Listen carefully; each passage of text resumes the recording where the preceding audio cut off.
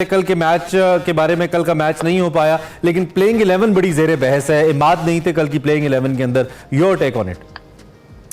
बिल्कुल आपने सही कहा कि हम तवक्को कर रहे थे कि इमाद वसीम जिन्होंने रिटायरमेंट वापस ली है उनको खिलाया जाएगा, लेकिन दो स्पिनर्स के साथ पाकिस्तान मैदान में उतरा। एक तो शादाब खान ऑलरेडी वो है और उसके अलावा अबरार अहमद को इन्होंने T20 की कैप दी। तो मैं समझता हूं कि ये पहले मैच से तजुर्बा, जो पहले मैच में हम ये भी एक्सपेक्ट कर रहे थे इमरान के शायद शाहीन शाह अफरीदी को रेस्ट कराया जाए क्योंकि उनकी ख्वाहिश यही थी। और कल आपने देखा जो उन्होंने 2 गेंदें की है, वो बिल्कुल एक अंदर का आदमी है ना, निकल कर बाहर आया। ऐसा लग रहा था कि वो गुस्से का इजहार कर रहे हैं और उन्होंने बड़ी जबरदस्त दूसरी गेंद पे जो रॉबिन्सन को बोल्ड किया, तो लग रहा है कि ये चीज कि उन्हें कप्तानी से हटाने के बाद उनमें एक नया जोश, जज्बा और वलवला पैदा हुआ है और वो as a player extraordinary perform करेंगे।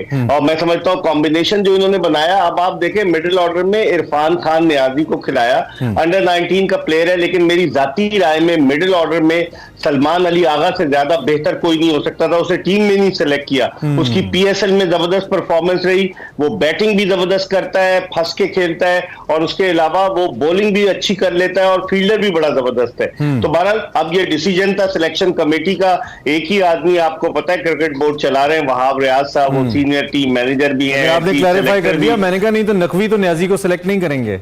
नहीं, हाँ बिल्कुल आप सही कह रहे हैं, लेकिन दरअसल पाकिस्तान क्रिकेट बोर्ड में खुर्रम खान नियाजी भी हैं जो कि डायरेक्टर डोमेस्टिक हैं। तो आप ताने बाने कहीं ना कहीं मिला ही दे, कहीं मिल जाते हैं। अच्छा, दूसरी बात ये कि इमाद भी नहीं थे प्लेइंग 11 का हिस्सा। ये कैसा फैसला था?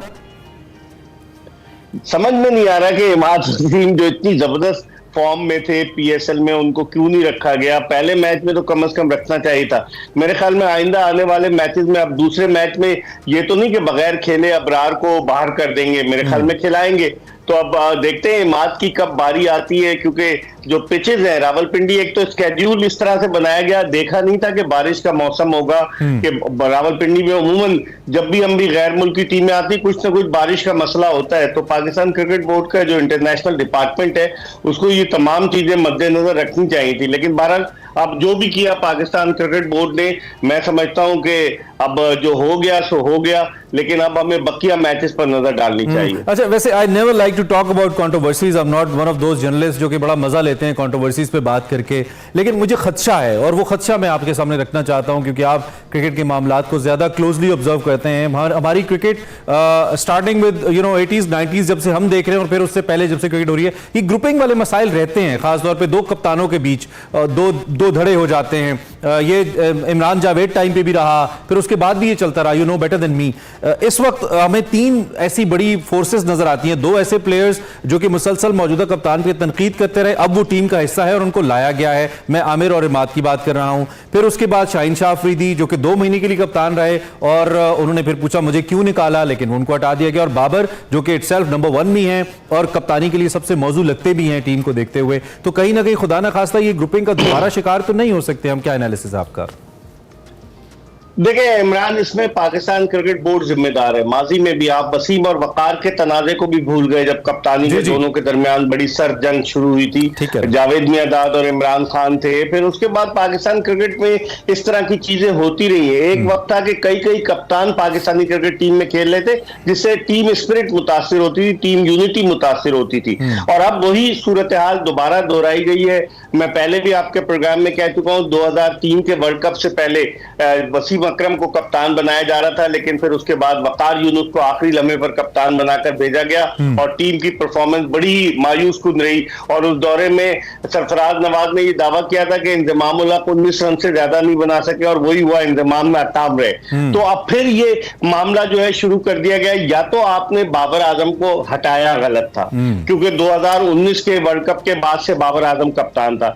जब आपने शाहीन आफरीदी को बनाया तो फिर आप उसको 5 T20 मैचेस की परफॉर्मेंस पर क्यों बाहर कर रहे हैं? मेरे ख्याल में ये म्यूजिकल चेयर गेम जो है कप्तानी का, ये पाकिस्तान क्रिकेट में डेंट डाल रहा है। ये सोचना पड़ेगा अरबाब इख्तियार को कि टीम में स्टेबिलिटी आए, यूनिटी आए। जब यूनिटी नहीं आएगी तो फिर टीम की परफॉर्मेंस भी इतनी अच्छी नहीं रहेगी। अच्छा, एक बड़ी वजह हमारी टीम की मैचेस के नताइज अच्छे ना आने की शाहीन शाह अफरीदी की बॉलिंग रही है। शाहीन शाह अफरीदी जब से अपना रिदम उन्होंने लूज किया है थोड़ा, उस वक्त से हमने देखा है कि हम कम बैक नहीं कर कर पा रहे, हमारी टीम लड़खड़ा गई है। इतना बड़ा एक बैकअप सपोर्ट था, दो कि नसीम भी जख्मी होने के बाद वापस भी आ गए, लेकिन हमें मसाइल का हम शिकार रहे हैं। इस सूरत हाल में अब जब शाहीन कैप्टन नहीं है और आपने कहा कि उन्होंने जैसे अपने अंदर का एक प्लेयर बाहर निकाला है, अपनी बेस्ट रिदम के अंदर नजर आने की कोशिश कर रहे हैं, क्या फायदा टीम को होगा इसका? शाहीन को तो होगा ही होगा अगर अच्छी बॉल करते हैं।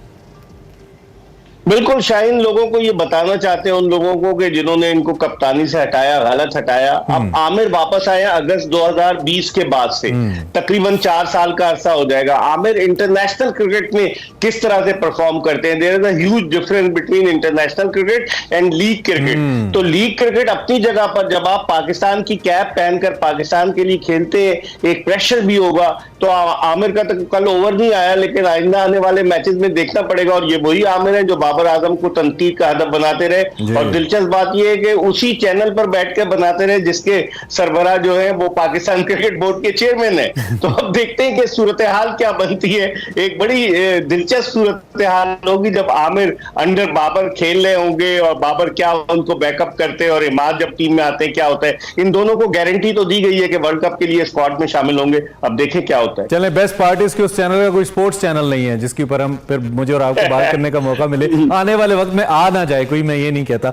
ठीक है, तो आपने वहाब रियाज साहब का जिक्र किया। आने वाले इन 4 मैचेस, क्योंकि हमारे पास बड़ी लिमिटेड सी विंडो है मिर्जा साहब, वर्ल्ड कप से पहले वर्ल्ड कप बिल्कुल सर पे आया खड़ा है, तो इस लिमिटेड विंडो से मुराद चंद मैचेस हैं जो हम इससे पहले खेल सकते हैं। तो वहाब रियाज साहब के पास मजीद क्या ऑप्शंस है? एक्सपेरिमेंट्स पे जाएंगे या कन्वेंशनल अप्रोच से जाएंगे, जिस पे मुझे लगता है आप ज्यादा शायद जोर दे रहे हैं कि हमें प्लेइंग 11 ज्यादा बेहतर फोकस करनी चाहिए तजर्बात के बजाय? सबसे पहले तो लोग हैरान है कि वहाब रियाज ने इतनी कैप्स पहन ली। पहले हम रमीज राजा को तनकीद किया करते थे कि वो पाकिस्तान क्रिकेट बोर्ड के वो डायरेक्टर भी थे और वो जाकर कमेंट्री भी करते थे, लेकिन अब वहाब रियाज ने इतनी सारी कैप्स पहन ली। वो खिलाड़ी जो गुज़िश्ता साल 17 मार्च 2023 तक PSL का मैच खेल रहा था, अब वो उसके बाद पाकिस्तान क्रिकेट के स्याह सफेद के मालिक बन चुके हैं। अच्छा है, तरक्की करें, लेकिन अब जिस तरीके की देखें वो सीनियर टीम मैनेजर भी बन गए, उनके लिए एक स्पेशल पोस्ट क्रिएट की गई है। ये भी हैरानगी की बात है। माजी में एक मैनेजर और मंसूर राना बड़े अच्छे मैनेजर है, 4 साल से मैनेजर है पाकिस्तानी टीम के, तो उनके होते हुए मैनेजर लाए। अब वहाब रियाज टीम को कैसे सेलेक्ट करते हैं? यूसुफ को भी उन्होंने खपा दिया एज अ बैटिंग कोच। कल आपको नजर आए होंगे तराना जब पढ़ा जा रहा था, यूसुफ भी खड़े हुए थे, तो वहाब और यूसुफ आ गए। अब 2 बच गए, अब्दुल रज़ाक और उसके अलावा असद शफीक। अब्दुल रज़ाक जो है वो चले गए अमेरिका, वहां पर वो जो 2009 के T20 वर्ल्ड कप के हवाले से तकरीब होगी। तो अब बचा कौन? एक बिलाल अफजल साहब है, वो भी चले जाएंगे। तो मेरे ख्याल में सिलेक्शन कमेटी को सब कुछ रन कर रहे हैं वहाब रियाज। तो अब वहाब रियाज पे डिपेंड होगा। टीम अच्छा परफॉर्म करेगी तो तारीफ होगी, अगर टीम ने अच्छा परफॉर्म नहीं किया तो तनकीद जरूर होगी उन पर। वन मैन शो ऐसा लग रहा है सिलेक्शन के अंदर, इसकी जानिब हम जा रहे हैं। मिर्जा बेग साहब, थैंक यू वेरी मच, आप तशरीफ लाए, आपने अपना तज्जिया हमारे सामने रखा। Senior sports analyst, doctor of cricket Mirza Iqbal Baig साहब।